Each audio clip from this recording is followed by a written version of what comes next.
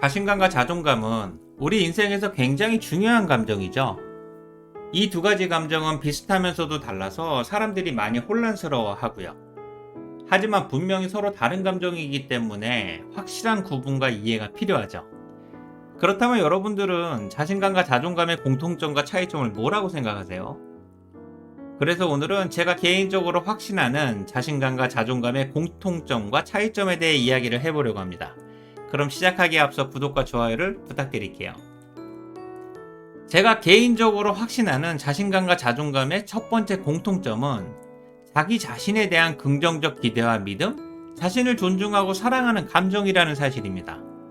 둘 다 신뢰가 바탕이 되는 감정의 영역으로 심리적인 안정감과 삶에 엄청난 영향을 미치죠. 그래서 절대로 다치거나 상처 입어서는 안 되는 감정이고요. 하지만 직장인의 현실은 회사에서 인정받는 일부 사람들을 제외하고는 모두가 상처 입기 바쁘죠. 특히 상처가 덧나거나 심해지면 두려움과 우울 등 심리적으로 많이 위축되고요. 저는 직장 생활의 모든 감정이 자신감과 자존감으로 수렴되는 것 같이 느껴집니다. 자신감과 자존감의 두 번째 공통점은 자기 자신에 대한 이해나 생각에만 머물기보다는 직접적인 행동과 피드백이 병행되면서 반드시 선순환이 되어야 한다는 사실이죠. 예를 들어 다이어트를 하기로 결심했으면 반드시 운동을 하고, 운동을 하게 되면 다이어트가 된다고 가정하면 다이어트에 대한 성공 경험이 자신감과 자존감을 고취시키죠. 이런 반복적인 성공 경험을 통해서 자신감과 자존감이 상승하는 선순환고리가 만들어지고요. 반대로 실패로 인한 악순환도 마찬가지죠. 그리고 수많은 도전이나 실행들이 자신감이나 자존감과 연결되면서 어느 순간 무엇이 먼저인지도 모르게 서로 영향을 미치게 되죠. 게다가 자신감과 자존감은 너무 과하거나 부족하지 않고 인간관계나 사회적 허용 범위 내에서 안정적으로 유지할 수도 있어야 하고요. 자신감이 과하면 자만심이 되고 자존감이 과하면 나르시시스트가 될 수도 있으니까요. 자신감과 자존감의 세 번째 공통점은 자신감과 자존감을 키우기란 쉽지가 않다는 사실이죠. 반대로 자신감과 자존감이 박살나는 건 너무 쉬우면서도 순간이고요. 쉽게 말해 어린 병아리처럼 키우기는 힘들어도 죽이기는 쉬운 거죠. 좋은 멘토가 되는 것은 힘들어도 나쁜 선배가 되는 것은 가만히 있어도 충분하고요. 그래서 직장인의 경우 자기의 자신감과 자존감을 키우기는 힘들어도 부하 직원이나 후배들의 자신감과 자존감을 박살내는 건 너무나 쉽죠. 게다가 자신감과 자존감 이 두 가지 감정은 상처받기는 쉬우나 회복하기에는 시간이 너무 오래 걸리죠. 누군가는 이런 상처들을 트라우마라고 말하기도 하고요. 어쨌든 우리는 자신감과 자존감이 상처받기 전에 무조건 잘 보호해야 하죠. 상처받아서 악순환이라도 시작되면 그땐 정말 힘들어지거든요.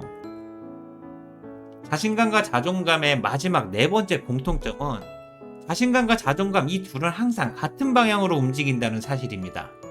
보통 자존감이 높으면 자신감도 높고 자존감이 낮으면 자신감도 낮죠. 예를 들어 자신감과 자존감이 높으면 회사에서 핵심 인재로 인정받고 승진하면서 직장 생활의 선순환 고리가 만들어지죠. 당연히 계속 승승장구하게 되고요. 하지만 자신감과 자존감이 바닥을 치면 직장 생활이 악순환되면서 어느 순간부터 확실한 도태가 시작되고요. 시간이 길어질수록 반등하거나 회복될 가능성은 점점 줄어들죠. 하지만 가끔 자존감은 높은데 자신감이 낮다거나 자존감이 낮은데 자신감이 높은 경우가 있기는 하죠. 그리고 저의 직장 생활은 열등감 때문에 자존감은 낮은데 자신감이 높은 모습이었고요. 다행히 겉으로는 둘 다 높아 보여서 인정을 받기도 했고 승진도 계속 빨랐죠. 하지만 이런 모습들이 내 스스로 거짓임을 어느 순간 깨닫게 되더라고요. 그래서 직장 생활이 고통스러웠고 점점 힘들어졌죠. 어쨌든 자신감과 자존감은 같은 방향으로 움직이고 함께함으로써 시너지가 생겨야 하죠. 이 둘이 선순환이라도 하면 다행이지만 악순환이라도 시작하면 금방 모든 것이 무너지니까요. 지금까지 자신감과 자존감에 대한 공통점에 대해 이야기를 했다면, 그렇다면 자신감과 자존감의 차이점은 무엇일까요? 제가 확신하는 자신감과 자존감의 첫 번째 차이점은 이 둘은 자기 자신을 기준으로 서로 반대의 시선을 가지고 있다는 사실입니다. 자신감은 나를 기준으로 외부로 표현되는 것이고, 나는 지금 어떻게 표현되고 있는가가 중심에 있다면, 자존감은 나를 기준으로 나의 내부를 스스로 바라보는 것이죠. 지금 나는 나를 어떻게 생각하고 있는가가 자존감의 핵심이고요. 자신감과 자존감의 두 번째 차이점은, 자신감은 최고의 공격 영역이고 자존감은 최선의 수비이자 방어 영역이라는 사실이죠. 전쟁에서 승리하려면 둘 다 강해야 하는 영역이고요. 축구로 생각하면 손흥민과 김민재의 역할은 다르지만 둘 다 중요하고 필요한 거죠. 그래서 자신감과 자존감은 서로 다른 영역이지만 상호 보완적인 관계고요.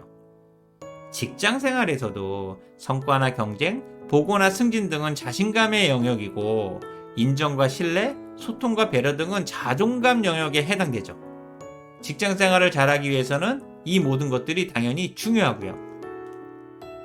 자신감과 자존감의 마지막 세 번째 차이점은, 자신감이 과하면 교만함이나 자만심으로 보이고, 자존감이 과하면 이기적인 소시오패스나 나르시시스트처럼 보인다는 사실입니다. 나르시시스트는 자기에 집중하는 이기적인 모습에 불과하죠. 하지만 자존감은 자기 자신을 객관적으로 바라보며 존중하고 소중히 여기는 마음이고요. 이 둘은 얼핏 보면 비슷해 보일 수도 있지만 자세히 보면 완전히 다른 거죠. 게다가 직장인이라면 내가 생각하는 나의 모습보다 남들이 나를 어떻게 평가하고 바라보느냐가 훨씬 중요하죠. 직장 생활은 내 생각과 남들의 생각이 다른 경우가 꽤 많잖아요. 예를 들면 나는 교만함을 경계하는 자신감이라고 생각했는데 남들은 나를 교만함의 끝판왕이라고 생각하기도 하죠. 만약 여러분들의 평판이 자신감을 교만함으로, 자존감이 이기주의자로 되어 있다면 억울해하지 마시고 냉정하게 자신을 한번 되돌아보세요. 이미 쓰여진 평판을 바꾸기는 힘들어도 지금부터라도 변하려고 노력해야 합니다. 자칫하면 어느 순간 수많은 적들이 생겨 있을 수도 있거든요. 아니면 끝까지 자신의 모습을 밀고 나가야 하고요. 지금까지 자신감과 자존감의 공통점과 차이점에 대해 이야기를 해봤습니다. 물론 이 이외에도 충분히 많은 공통점과 차이점들이 있을 겁니다. 그러니 일단 여러분들이 생각하는 공통점과 차이점에 대해 먼저 메모해 보시고 다시 한번 제가 이야기한 내용과 비교해 보세요. 저는 의미 있는 시간이 될 거라고 확신합니다. 오늘 내용이 도움이 되셨다면 구독과 좋아요를 부탁드릴게요. 지금까지 직장스쿨 인지였습니다. 고맙습니다.